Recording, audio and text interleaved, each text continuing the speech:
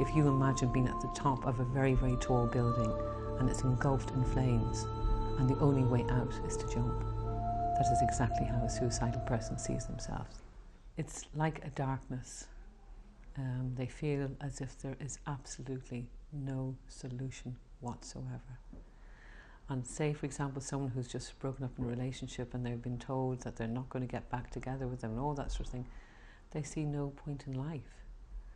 So their only solution at that time and their only solution for that moment is to finish it, is to end it. And it's about an immediate response to what they're feeling, rather than being able to see that in fact that they will come through this with support and help. People think when they hear mental health, you're off your rocker. And it's not, it's just, you're just a little bit sick at a time. And as we all know, if you go to an A&E with a broken leg, you can put a plaster on it. If you go and you're broken inside, or your mind is a little bit broken, you need specialised help and care. Suicide, because it is such a very delicate and dangerous event or behaviour, I think that it should be a specialised treatment. I don't think it should go under general counselling, and I also don't think it should be handled by A&E, because this, hospitals are for people who are sick. Someone who's suicidal isn't sick. They're distressed, they're emotionally distressed. GPs, need to be educated too, not just when patients go to them and they're fobbed off antidepressants.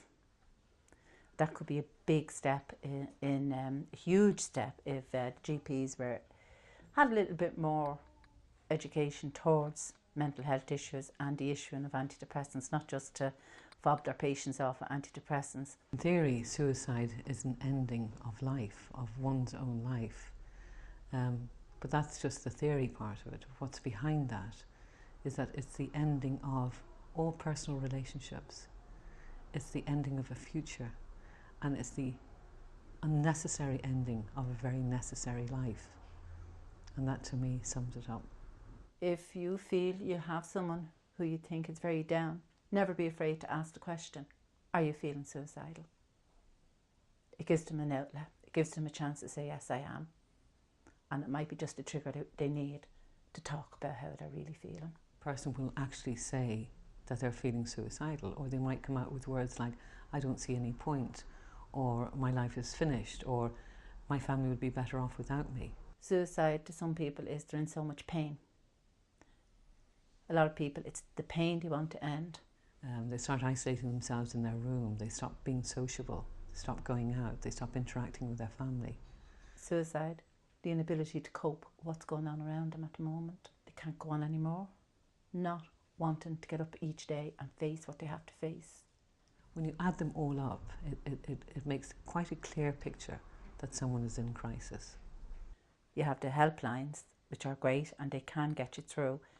If you pick up the helpline, you talk to someone and you talk it out, they can maybe tide you over. For anybody who is feeling suicidal, my advice to them is that to firstly remember that everyone at some stage in their life will feel suicidal. We're always going to contemplate life and death.